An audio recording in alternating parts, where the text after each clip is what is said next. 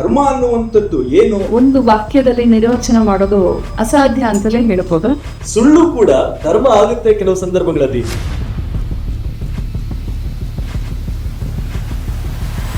ನನಗೆ ಇಲ್ಲಿ ಕೆಲವೊಂದು ಪ್ರಶ್ನೆಗಳು ಬರುತ್ತೆ.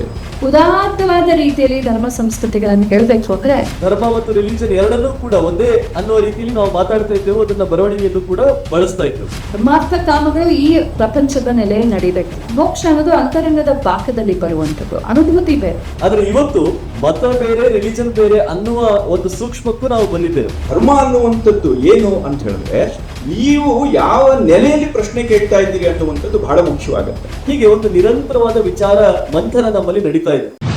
ಧರ್ಮ ರಿಲಿಜನ್ಗಳ ವ್ಯತ್ಯಾಸ ಇರಬಹುದು. ಉತ್ತರ ಭಾರತದ ಮಂದಿ ಹೊಸ ಒಂದು ವಿಚಾರ ಅನ್ನುವ ರೀತಿಯಲ್ಲಿ ಅವರು ಚರ್ಚೆ ಮಾಡ್ತಾ ಇದ್ದಾರೆ. ಬಹುಶಃ ನಮ್ಮ ವಿಚಾರಗಳು ನಾವು ಕರ್ನಾಟಕದ ಒಳಗೇನೆ ನಾವು ಚರ್ಚೆ ಮಾಡ್ತಾ ಇದೀವಿ, ಹೊರಗಡೆ ಹೋಗಿಲ್ಲ. ಮತ ಬೇರೆ ರಿಲಿಜನ್ ಬೇರೆ ಅನ್ನುವ ಒಂದು ಸೂಕ್ಷ್ಮಕ್ಕೂ ನಾವು ಬಂದಿದ್ದೇವೆ. ಗಾಡ್ ಅನ್ನುವ ಒಂದು ಪರಿಕಲ್ಪನೆಯಲ್ಲೂ ಕೂಡ ಅಲ್ಲಾಹು ಅನ್ನುವ ಪರಿಕಲ್ಪನೆಯೇ ಬೇರೆ, ಗಾಡ್ ಅನ್ನುವ ಪರಿಕಲ್ಪನೆಯೇ ಬೇರೆ.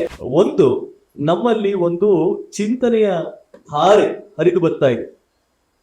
ಬಹುಶಃ ನಾನು ಗಮನಿಸಿದ ಹಾಗೆ ನಮ್ಮ ಇಡೀ ದೇಶದ ಎಲ್ಲ ಚಿಂತನೆಯ ಬೇರೆ ಬೇರೆ ಘಟ್ಟಗಳನ್ನ ನಾವು ನೋಡಿದ್ರೆ ಕನ್ನಡಿಗರು ಕರ್ನಾಟಕದ ನೆಲದಲ್ಲಿ ವಿಚಾರ ಮಂಥನವನ್ನು ಮಾಡ್ತಾ ಇರುವುದು ಉತ್ತರ ಭಾರತದವರಿಗಿಂತಲೂ ಸ್ವಲ್ಪ ಮುಂದೆ ಇದ್ದಾರೆ. ಇದು ನನಗೆ ಅನುಭವಕ್ಕೆ ಬಂದದ್ದು 2-3 ವರ್ಷಗಳ ಹಿಂದೆ ಕ್ಲಬ್ ಹೌಸ್ ಅನ್ನೋ ಒಂದು ಆ್ಯಪ್ ಶುರುವಾದ.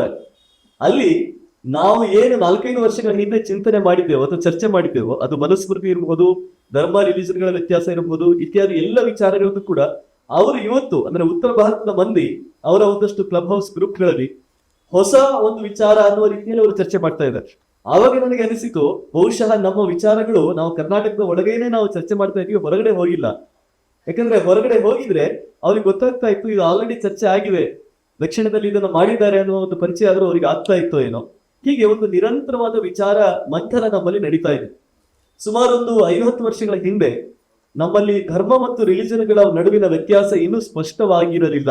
ಇದನ್ನು ನಾವು ಎಲ್ಲರೂ ಒಪ್ಪಿಕೊಳ್ತೇವೆ. ಯಾಕಂದ್ರೆ ಒಂದು 20 ವರ್ಷದ ಹಿಂದೆ ಧರ್ಮ ಮತ್ತು ರಿಲಿಜನ್ ಎರಡನ್ನೂ ಕೂಡ ಒಂದೇ ಅನ್ನುವ ರೀತಿಯಲ್ಲಿ ನಾವು ಮಾತಾಡ್ತಾ ಇದ್ದೇವೆ, ಅದನ್ನ ಬರವಣಿಗೆಯಲ್ಲೂ ಕೂಡ ಬಳಸ್ತಾ ಇದ್ದೇವೆ.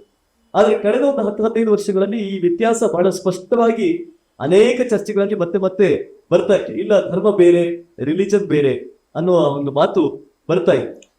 ಸ್ವಲ್ಪ ವರ್ಷಗಳ ಕಾಲ ನಾವು ಮತ ಮತ್ತು ರಿಲಿಜನ್ ಎರಡು ಒಂದೇ ಅನ್ನುವ ರೀತಿಯಲ್ಲೂ ಕೂಡ ಚರ್ಚೆ ಮಾಡ್ತಾ ಇದ್ದೇವೆ. ಆದ್ರೆ ಇವತ್ತು ಮತ ಬೇರೆ ರಿಲಿಜನ್ ಬೇರೆ ಅನ್ನುವ ಒಂದು ಸೂಕ್ಷ್ಮಕ್ಕೂ ನಾವು ಬಂದಿದ್ದೇವೆ.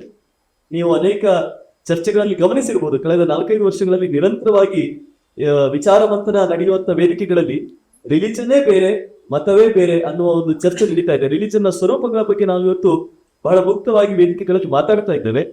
ಮತ್ತು ಅದರ ಮುಂದಿನ ಭಾಗವಾಗಿ ನಾನು ಇನ್ನೂ ಅದನ್ನ ಮುಂದುವರಿಸಿಕೊಂಡು ಹೋಗೋದಾದ್ರೆ, ಕಳೆದ ವರ್ಷ ಡಾಕ್ಟರ್ ಅಜಕಲ್ ಗಿರೀಶ್ ಭಟ್ ಅವರು ಒಂದೆರಡು ಪುಸ್ತಕಗಳನ್ನ ಬರೆದ್ರು. ಅಲ್ಲಿ ಅವರು ಈ ಚರ್ಚೆಯನ್ನು ಇನ್ನೂ ಮುಂದಕ್ಕೆ ತೆಗೆದುಕೊಂಡು ಹೋಗ್ತಾರೆ. ಅವರು ಹೇಳ್ತಾರೆ, ಗಾಡ್ ಬೇರೆ ದೇವ್ರು ಬೇರೆ ಅನ್ನುವ ಚರ್ಚೆ ಕೂಡ ಇವತ್ತು ಆಗಿದೆ. ಗಾಡ್ ಅನ್ನುವ ಒಂದು ಪರಿಕಲ್ಪನೆಯಲ್ಲೂ ಕೂಡ ಅಲ್ಲಾಹು ಅನ್ನುವ ಪರಿಕಲ್ಪನೆಯೇ ಬೇರೆ, ಗಾಡ್ ಅನ್ನುವ ಪರಿಕಲ್ಪನೆಯೇ ಬೇರೆ ಅನ್ನುವ ಸೂಕ್ಷ್ಮಕ್ಕೂ ನಾವು ಹೋಗ್ತಾ ಇದ್ದೇವೆ. ಯಾಕಂದ್ರೆ ಅಲ್ಲೂ ಮತ್ತೆ ವ್ಯತ್ಯಾಸ ಇದೆ. ನಾವು ಎಲ್ಲ ರಿಲಿಜನ್ಗಳ ಗಾಡ್ಗಳನ್ನು ಒಂದೇ ರೀತಿ ಗಾಡ್ಗಳು ಅಂತ ಹೇಳಿಕ್ ಸಾಧ್ಯ ಇಲ್ಲ. ಅಲ್ಲೂ ಕೂಡ ಸೂಕ್ಷ್ಮ ವ್ಯತ್ಯಾಸಗಳಿದ್ದಾವೆ. ಅವುಗಳನ್ನ ಅರ್ಥ ಮಾಡಿಕೊಂಡ್ರೆ ನಮಗೆ ರಿಲಿಜನ್ಗಳ ಸ್ವರೂಪ ಏನು, ಅವರ ಪರಿಕಲ್ಪನೆ ಏನು, ಅವರ ಚಿಂತನೆಯ ಧಾಟಿ ಏನು ಅನ್ನೋದು ಅರ್ಥವಾಗ್ತಾ ಹೋಗುತ್ತೆ. ಆದ್ರೆ ನಾನೇನು ಹೇಳ್ತಾ ಇದ್ದೇನೆ ಅಂದ್ರೆ, ನಮ್ಮ ನೆಲದಲ್ಲಿ ಈ ಚಿಂತನೆಯ ಒಂದು ನಿರಂತರತೆ, ಒಂದು ನಿರಂತರವಾದ ಅದರ ಒಂದು ಪ್ರವಾಹವನ್ನ ನಾವು ನೋಡ್ತಾ ಇದ್ದೇನೆ.